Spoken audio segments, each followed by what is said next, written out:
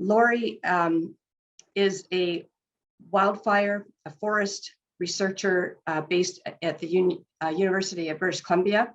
I met her a few years ago at one of the BC Community Forest Association conferences where she did a presentation on wildfires.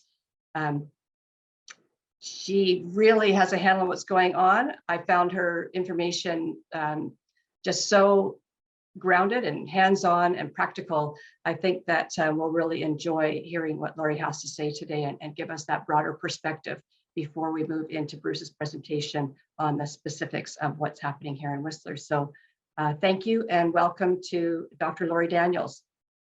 Okay, thank you. So first of all, thank you so much for the invitation to be here. This afternoon, I'm coming to you from Williams Lake. I'm on the traditional territory of the Williams Lake Band. I've had the pleasure of collaborating with the Williams Lake Band with my graduate students over the last few years. And we're here working on some community wildfire resilience programs in response to our ongoing research. I have to say I'm a bit shaken by the news over the last 24 hours. The fire that you see here burning in Kamloops is burning my study area. I have students who are not in the field today because of this fire. My collaborators who are with the Skeetchison Band are on evacuation alert and are watching that fire burn adjacent to their traditional, to their community and on their traditional territory. So fire obviously is a major factor that drives our ecosystem processes, and we see it here burning from a lightning ignition adjacent to the community of Nelson a few summers ago. And this fire is one, it's burning in the interface, it's one that causes alarm, it caused evacuation alerts and orders on this particular occasion as well. It's one that was immediately suppressed, being close to communities. The fires in the last few years have clearly shown us that our forests and our communities are not resilient to wildfire, especially under the influences of climate change. And I have spoken up alongside Bruce Blackwell, who will be speaking later today, and others to say transformative change is urgently needed. And what I want to talk about is a little bit of the background information to that, and then bring it right down to the community level to ground some of our research in the goals of your workshop today. So we find ourselves in this mega fire conundrum in the year 2021. And in part that has to do with historical legacies of the way we viewed fire and managed our forests over the last century. So one is this paradigm, this very Eurocentric paradigm that fire is destructive and bad, and that we need to put out all fires to protect our lives and homes. And we've expanded that perspective as well to the protection of landscapes and forests, our livelihoods so grounded in the forests in British Columbia in particular. And so we've had tremendous success in British Columbia, where over 90% of our fires are put out before they're 4 hectares in size. And clearly those that are close to communities are succeeding in protecting us. But what we hadn't realized is that those fires further out from communities that are not putting lives and critical infrastructure at risk were playing an important role that needed to be a part of those ecosystems. And our great success rate for many decades has changed the forests in many significant ways.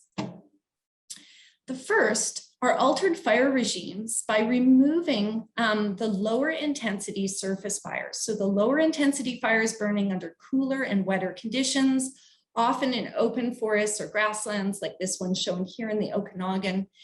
These fires would have burned frequently in the past, but at low intensity, creating a mixture in the fire matrix, creating variation within fires as well as between fires. Well, it's these lower intensity fires that are easiest to put out, and they've been effectively eliminated from both our dry forests, but even some of our other forest types across the province of British Columbia. And in absence of those surface fires, we begin to see tree encroachment and increased densification of our forests, loss of grasslands and open woodlands to the benefit of forests. The consequence, of course, is more fuel. We've also seen superimposed on our landscapes fire suppression as well as industrial forestry across much of our productive forest lands. And our timber management has largely been about trying to emulate a high severity fire in terms of the magnitude of the disturbance, clear cutting to emulate a high severity fire, the size, the distribution of those patches, the regeneration of early successional species, such as lodgepole pine that grow rapidly into these sites. The combined effects of industrial forestry and our fire suppression policies have meant over large areas, we've homogenized those landscapes, whether we're talking about coarse scales, finer stand scales, or right down to the species we're choosing to regenerate. And as a result, our land management legacy has also created homogenization of the forests, which lead to continuous fuels, which again fuel the types of fires we're seeing at broad spatial scales. And we've seen this play out particularly with the large fires in the interior British Columbia, 2017 and 2018 being the pinnacle of those examples.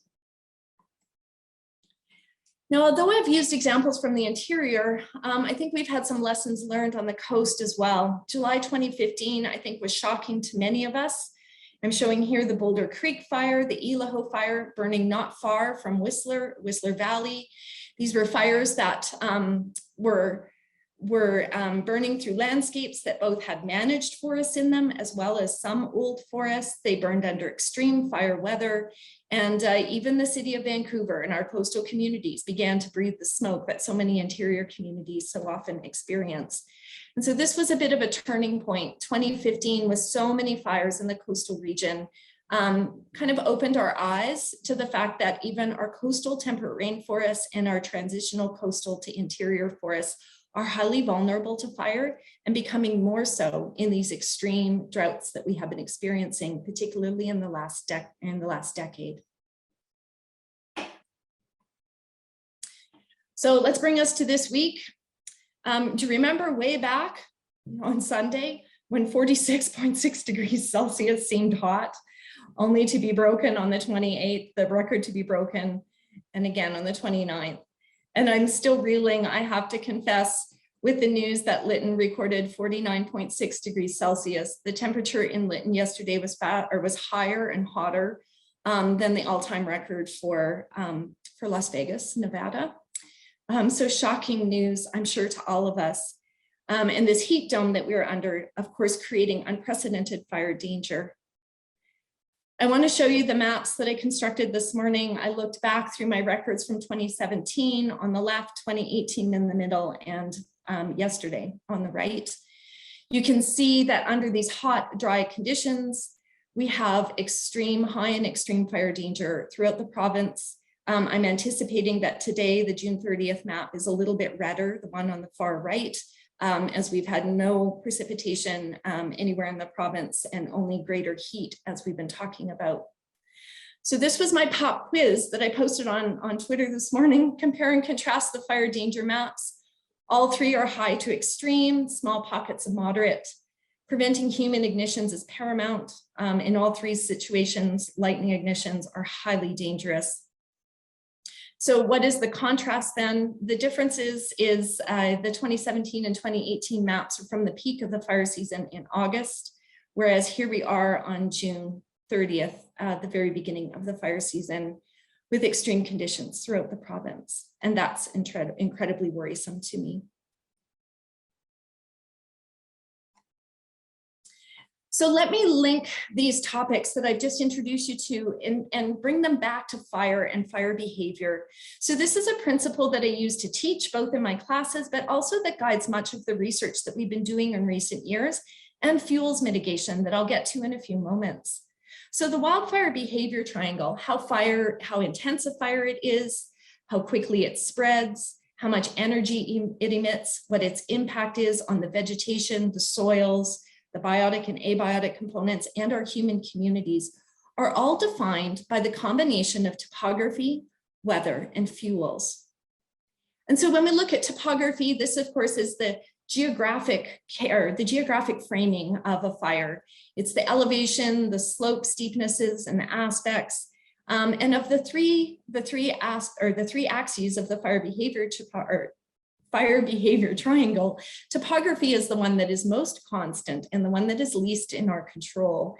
And so you can see here Whistler, where we have warm valley bottoms, cooler, higher elevations, steep slided slopes, and then those warm facing steep sided slopes, we could have rapid transmission of fire upslope. And I wouldn't discount the cool slopes as well as being places where fire could spread easily and rapidly as well. So here you go, Whistler, a very comfortable 29 degrees C. I am envious of you that will be your daytime high, as I'm still sweltering up here in Williams Lake. We know that weather is varying continuously, day to night, day to day, month to month. It is one of the key components. It is the definition of our fire danger. It defines whether we are at low, moderate, high, very high, or extreme fire danger. And we've already seen the map for today. So the role of weather and its day-to-day variations is really important for understanding how fire will behave. And of course, we can think about the superimposed on weather, as I've already alluded, the influences of climate change. So our third component of the fire behavior triangle are the fuels. And so this is the biomass. So from a fire perspective, we might talk about fuels. From a forest ecology perspective, I'd be talking about the composition and structure of the vegetation. And from a biodiversity perspective, we'd want to add in not only is this composition and structure of plants, but we'd be thinking about them as habitats and contributing also to the fauna as well as the flora. We know that these fuels vary among forests and they are changing through time constantly. Trees grow and die, forests are changing after disturbances, whether they're natural disturbances or whether they are human disturbances. Two examples depicted down at the bottom, an insect outbreak and a human disturbance through harvesting. The fuels interact with weather in a really important way to determine the type of fire. So here I've shown you across the top 3 different types of fuels. We're using the exact same weather to try to understand what type of fire might burn in those different fuel types across the top for the same weather station. The bar graphs are showing us gray days where it's too cool and wet to sustain fire.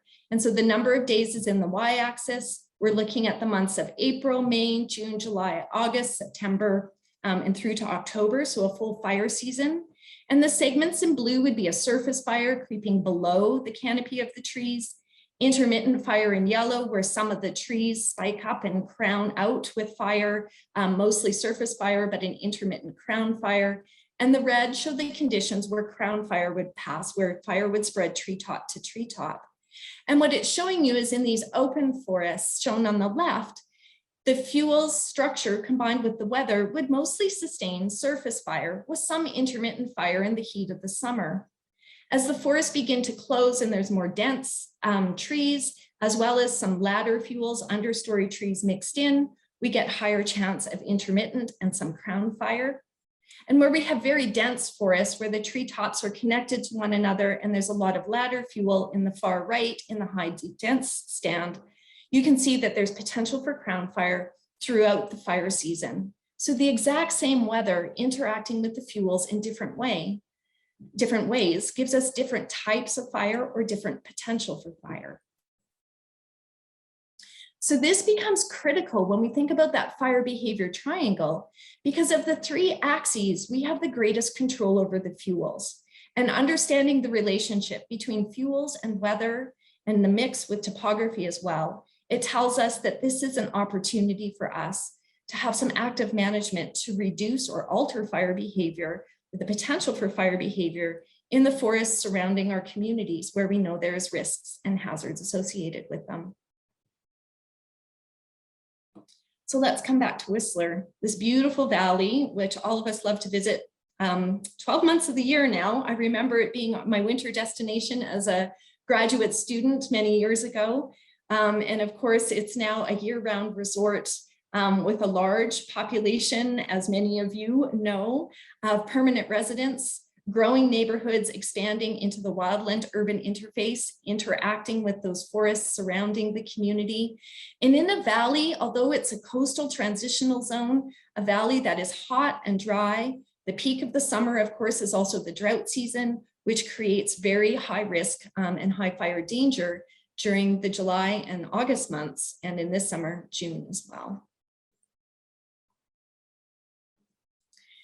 So we've learned over the last couple of decades, both from experience in British Columbia, but also looking afar into places in the Western United States and into other temperate regions around the world, where FireSmart principles, both at the homeowner and at the community level, have been implemented and have been able to provide some guidance on ways in which we can use our understanding of the fire behavior triangle, forest dynamics, and fire activity to begin to guide choices around managing vegetation, especially where we've identified risks and hazards.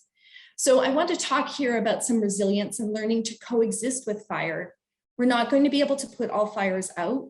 We, of course, will suppress the fires that put our homes and lives and communities at risk, but there's also proactive measures that we can take that prepare our communities for fire. We know after 2003, we identified in British Columbia 1.6 million hectares of hazardous fuels in the wildland urban interface.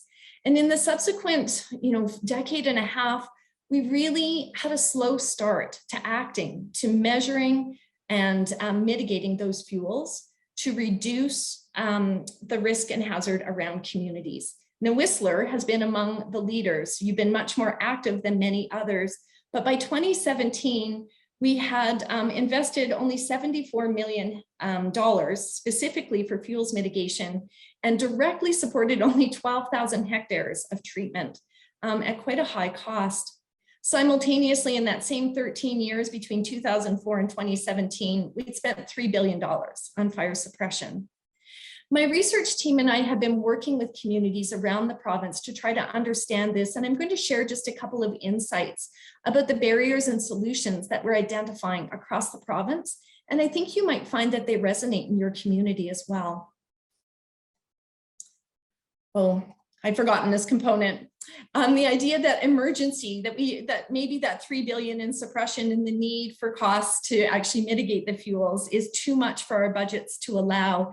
But I want to point out that we found at the same time $17 billion for seismic upgrades. So when there is a need and a will, there is a way for us to act. And I want that to be top of mind as we move forward, thinking about how to act with respect to fire as well. Sorry, let me go back here. There we go. So we have surveyed communities around the province, and perhaps not surprising, very similar to the results you've just reported, wildfire in the wildland urban interface is a top of mind issue for communities around the province and is considered equitable to economic development, emergency plans, and healthcare. Mind you, this was pre-COVID, but still shows you the importance of wildfire in the context of communities around the province. Community wildfire protection plans or resiliency plans, as we know today, are more commonly developed for larger communities of over 5,000 people and in municipalities and regional districts more so than our First Nation communities. So small communities and First Nations communities have been underrepresented traditionally in terms of being able to take proactive responses. Now, we asked managers about what is effective management action to take when you have an abundance of fuels in and around your communities. And the managers told us that effective management actions were a combination of both treating the fuels through pruning and selective removals, cutting, removal, and pile burning, but also enforcing bans and restrictions and improving public awareness. So we see that managers are seeing these as top priorities. When we start thinking about what is acceptable in communities, though, we see a shift. So what's more desirable? Well, you can see down at the bottom, anything that had to do with prescribed burning, there are some communities in British Columbia that are strongly opposed. There's strong support for bans, restrictions, and awareness, and intermediate support for those proactive measures of thinning fuels, selectively cutting trees and removing the biomass that's burnable. So I think you might find that some of these patterns and trends at the provincial level are also being echoed in the concerns within your own community. So our treatment goals, and when we're looking at treatments, and I know Bruce will talk about this more, so I'm going to be very brief here. I'm borrowing actually a cartoon that comes from his group. We have been working collaboratively in my lab with community forests and other agencies around the province to take a look at the treatments that are being implemented and to assess their efficacy. So it's a research program that we've implemented with support from the Community Forest Association of BC, NSERC Canada, and Canada Wildfire.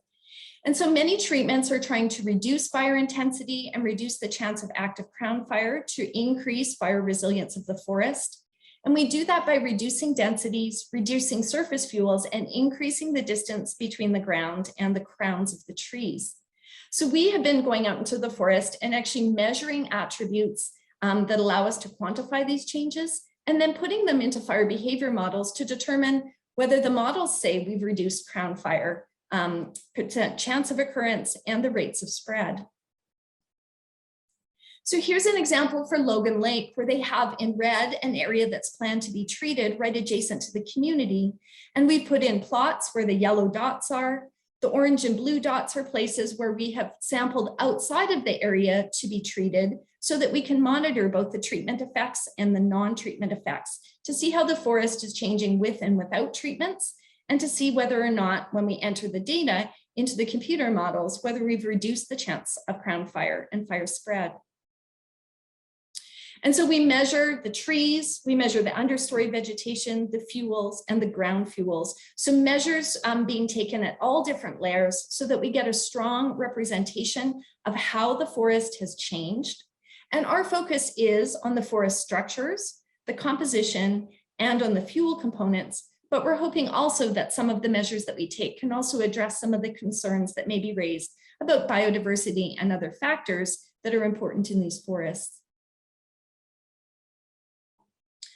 I want to share with you two examples. Bruce was kind enough to share with my research group the data from Spruce Grove near Lost Lake, a treatment in Whistler in your community. And so here, this is the pre-treatment plots. There were 9 of them that were put in.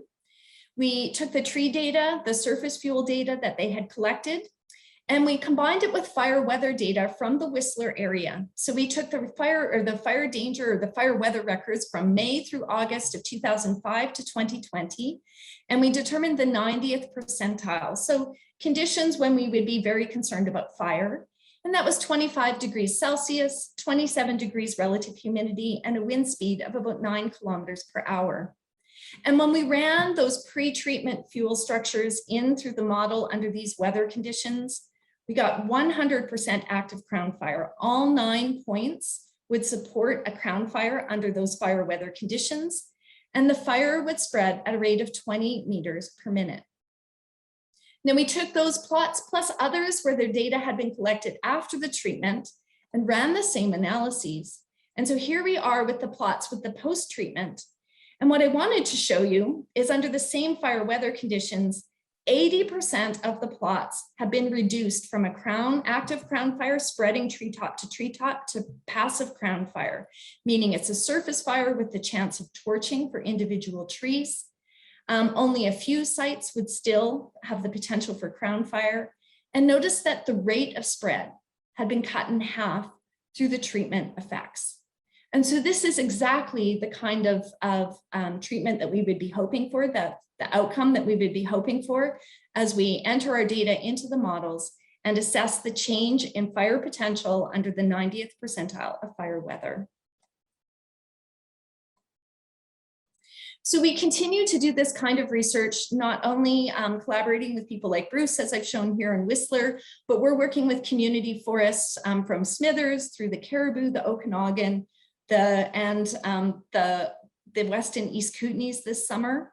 Our goal is to take this community-centered or community-based approach, much like that you've taken in Whistler. And we've advocated for those communities to think about the wildland urban interface zoning, to think about treatments for low fire hazard in that zone, to be thinking about proactive landscape planning in the zones surrounding their communities to reinforce those community-based treatments, coupling them with FireSmart at the individual homeowner level. And then, of course, using our best science and traditional or indigenous ecological knowledge to inform our restoration and management, and continue to measure so that we have evidence-based adaptive management that has been tested for efficacy. We live in an era of megafires on the left, and our challenge is really to learn to coexist with fire. and to take the proactive measures that will get us over to the right, where we're successful both in protecting our homes and communities and finding ways to adapt and to share this landscape with fire, with other living organisms, and amongst our communities. Thank you. Thank you so much, Lori. That was really informative, and I thank you for going from the big picture in BC down to what's happening here in Whistler. We just have time for one question, and asking you if you have some examples or insights from BC forest management practices that are intended to replicate or mimic the historic or even the climate change anticipated fire regimes in being able to restore landscape level ecosystem processes.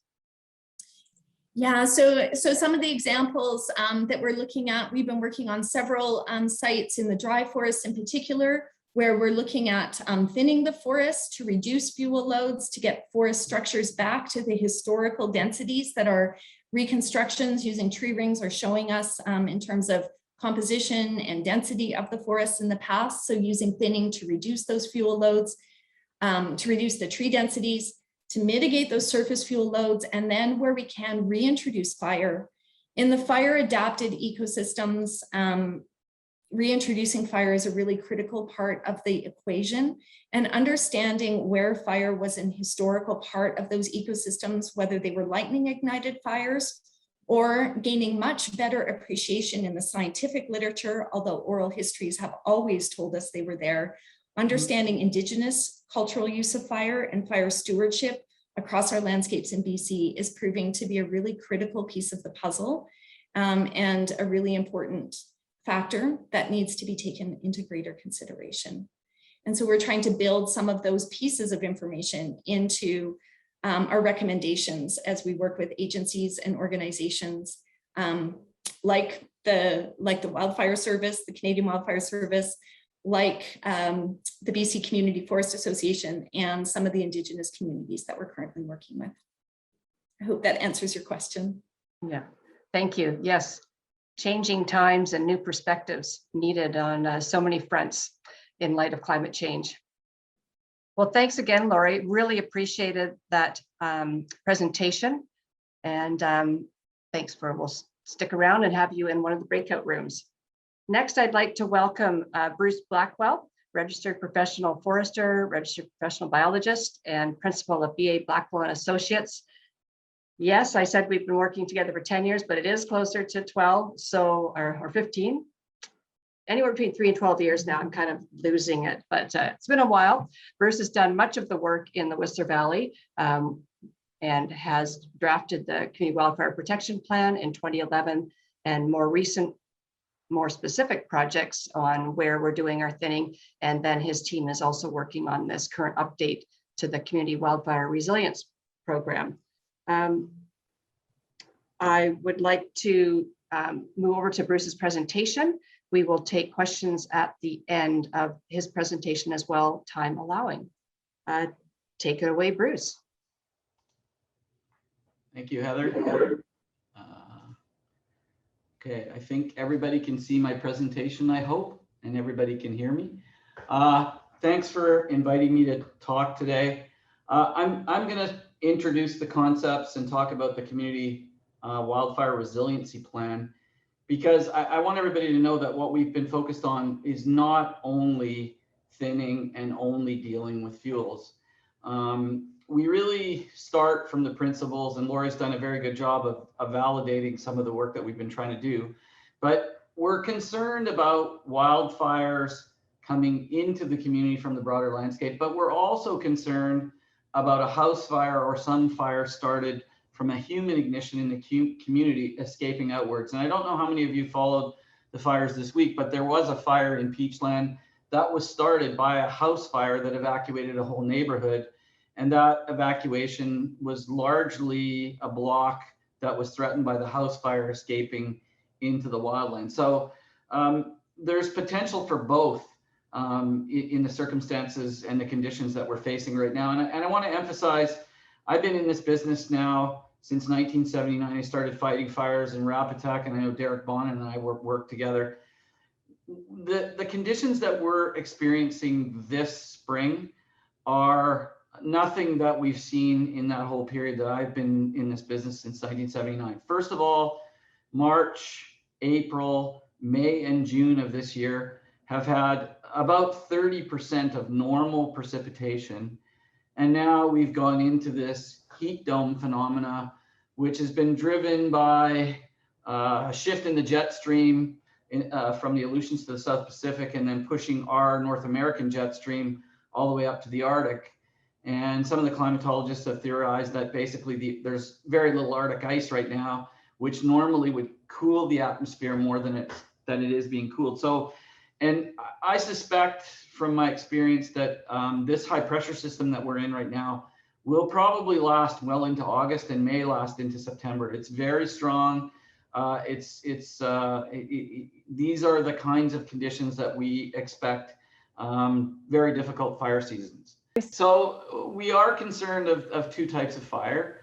The other thing is we have two types of things that we're concerned about in terms of protecting the community. We've got the interface at large, which is where the highest density of the community is, and we've got it's largely where the community meets the forest, but then we have intermixed pockets.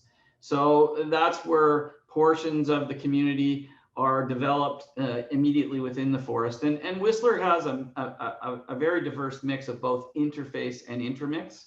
And something Lori talked about in terms of fire behavior was surface fire behavior, crown fire behavior, but we didn't get into spotting. And spotting is when a particular forest starts on fire, it sends embers up with the smoke column, and those embers are carried a distance depending on the wind and the fire conditions, and drop down on anything that will ignite and start additional fires, which ultimately will overwhelm the fire department. The fire department's generally set up to deal with 1 or 2 house fires, but in these multiple ignition scenarios, they become overwhelmed. And so what we're planning around is these kinds of scenarios. And so here's some examples of some materials that have come out on the left out of a fire and actually have spotted a distance. Generally, when we're planning a community wildfire protection plan, we're thinking of conditions that will take embers approximately 2 kilometers. In Australia, they've seen embers carry 25 kilometers on the most extreme conditions, but they're dealing with different fuel types and they're dealing with different winds. I think the maximum we've seen spots in BC to date are about 9 kilometers. And so the other thing that we're concerned about is direct contact of the fire to neighborhood homes, which you can see on the right. And once one home is ignited or multiple homes are ignited, you have house-to-house contact. So you have a number of ways that a forest fire can damage a community. And generally speaking, once you get spotting, that's where you get these multiple home ignition scenarios and where you lose multiple homes. And so this just highlights the theory of spotting. You have the fire on the left.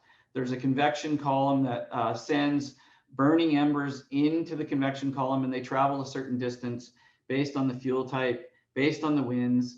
And as I said, they can travel fairly significant distances. So what we're thinking about this as a background in the context of everything we do within the Community Wildfire Resiliency Planning strategy for community protection. So first of all, we're very focused on limiting human ignitions. And where does that happen? That happens through a review of the regulatory framework and incorporating wildfire mitigation and preparedness considerations. We're really focused on protecting values at risk. One of the things that we've learned from these big fires is that we need to protect critical infrastructure, electrical utilities, water resources, emergency response, communications. So we focus on the location of all of those. Can they be impacted by fire? What should we do to limit the potential for fire to that critical infrastructure? One of the biggest problems in all of this is that we need to reduce wildfire risk on private property. Private property probably represents fuels and fire conditions probably represent the biggest thing. We can't, as local governments or as provincial governments, intervene on private property. So what we need to do through this plan is promote and assist residents in becoming FireSmart. How do they protect their property? That's done by education.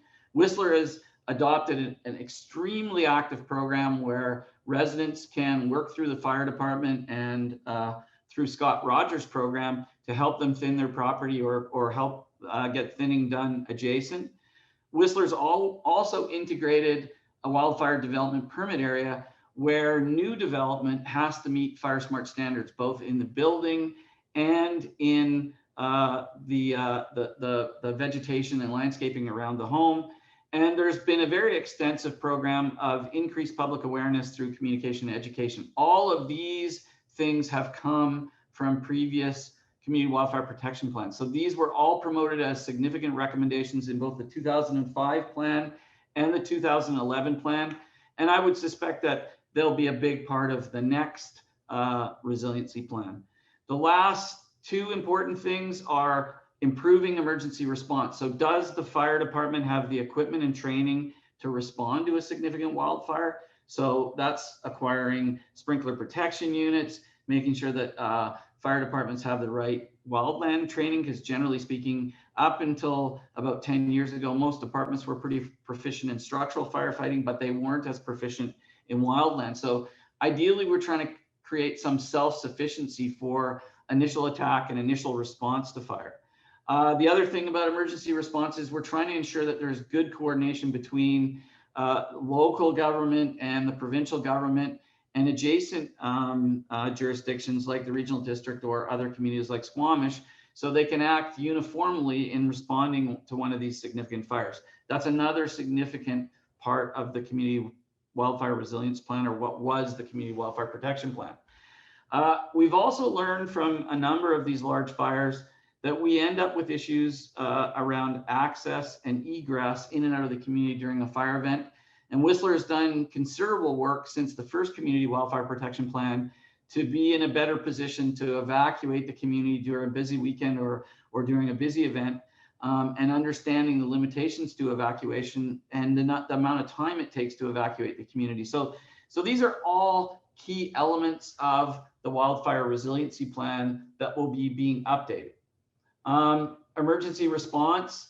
The other key considerations in that area is when we have a fire season like it looks like we're heading to, the resources become very scarce. Aircraft, tankers, helicopters, and bodies to actually fight the fire. And so the more we can create resiliency within the community's own suppression efforts, the more likely we'll be to successful in suppressing that fire before it grows to a large size.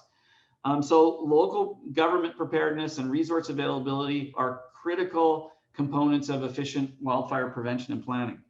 And the same goes with wildfire specific training opportunities for structural firefighters in terms of looking at installing sprinkler protection and triage during a fire event. As I said, access and evacuation. Other key elements we saw from the Fort McMurray fire event that they had to evacuate. I think the number was 90,000 people in a one-way in, one-way out situation. And it was terrifying for many people. And so being prepared for those large-scale evacuations, and is that possible in Whistler? I would say that my evaluation of Fort McMurray was, it was a lower fire probability community and less likely to be engaged in something that happened than Whistler is potentially, with the kind of winds and the kind of fuels we have. And the evacuation plans need to outline the basic contingencies in the event of a wildfire. So that'll be a key part of what we'll be evaluating in this next plan. Again, communication and education. Ultimately, we have a lot of people coming into Whistler that are not from British Columbia, not from Whistler. They don't understand the fire danger. They don't understand the potential for fire. And it's really important at a grassroots level that anybody coming into the community understands what the conditions are, understands that that fire use is banned, et cetera. And I think it's very important that we communicate to those non-locals and non-BC folks that their behavior is conducive with prevention. And Again, we're promoting FireSmart principles, changing vegetation type around the homes, changing the structure of the actual structural attributes, limiting things like wood roofing, wood siding. All of those things are big elements of historic Whistler construction that we need to change over time to make the community more resilient.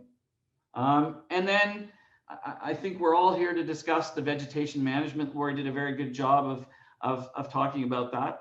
And really what we've done over the past 15 years is identified those highest risk forest types next to homes, next to infrastructure, that we feel there's an opportunity to change that fuel structure while maintaining positive forest attributes for other values. There's another element of this planning, which is the landscape fuel breaks that's been implemented through the community forest. Again, that's trying to create an opportunity for fire resources to stop fire before it gets into the community, whether that's doing backburns, whether that's implementing sprinkler protection, or a number of other tactical things that they would do during fire suppression. I want to highlight the thinking around biodiversity and fuel treatments, because there's been some misinformation from my perspective. We have not treated stands in old growth, and we will not be treating stands in old growth. Really, the most hazardous fuel types that we've been dealing with so far have all been in second growth, largely about 60 years old, dense, unmanaged stands.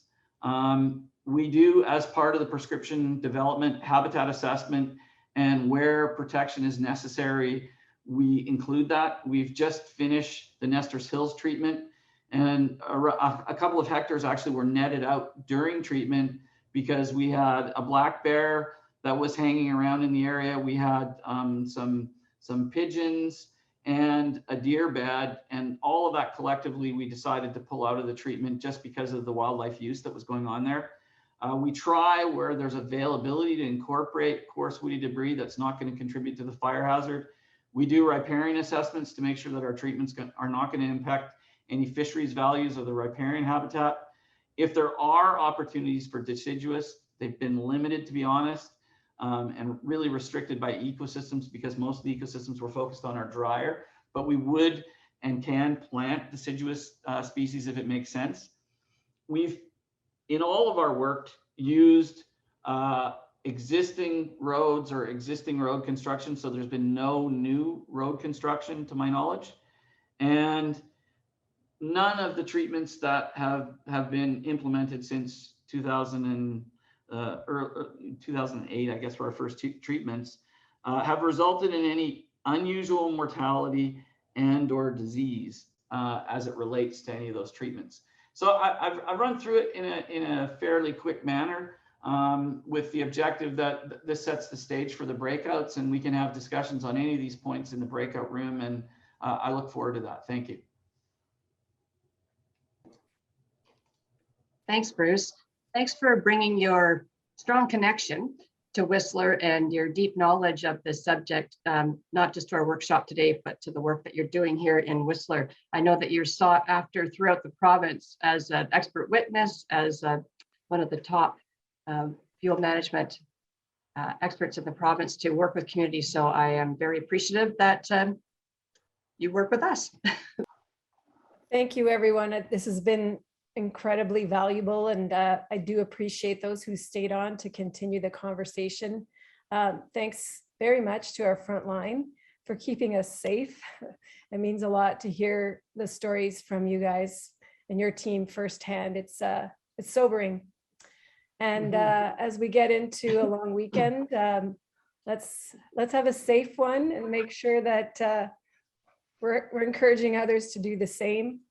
Thank you very much to Dr. Daniels, to Bruce, for sharing your very precious time. We know how busy you guys are, especially now. And thanks to everybody for rescheduling. We really wanted to have this in April, but you know what? We had to just keep the conversation going no matter what happened our way. So thanks for rescheduling. Heather, is there anything further you'd like to say before we shut down the meeting for today? really, you've summed it up nicely, Diana, and just thanks so much to everyone. We really value your comments. And Bruce, we've got some work to do. Yeah, we've had work to do for a while, Heather. We just have a lot more to do. Just more now. All good. All right. Thanks, Well, everybody. thanks. Yeah. Thank you. Thanks, everybody. Get out there and enjoy that relatively cool afternoon now. Everyone Except for you. except Dr. Daniels. Except for Dr. Yeah. Daniels, exactly. All right. Hopefully you can find a cool pool somewhere, Larry. Yeah, hopefully. everybody. Hopefully. Stay safe, Yeah. everyone. Okay. Everybody. Bye. Thank you. Bye-bye. Bye-bye.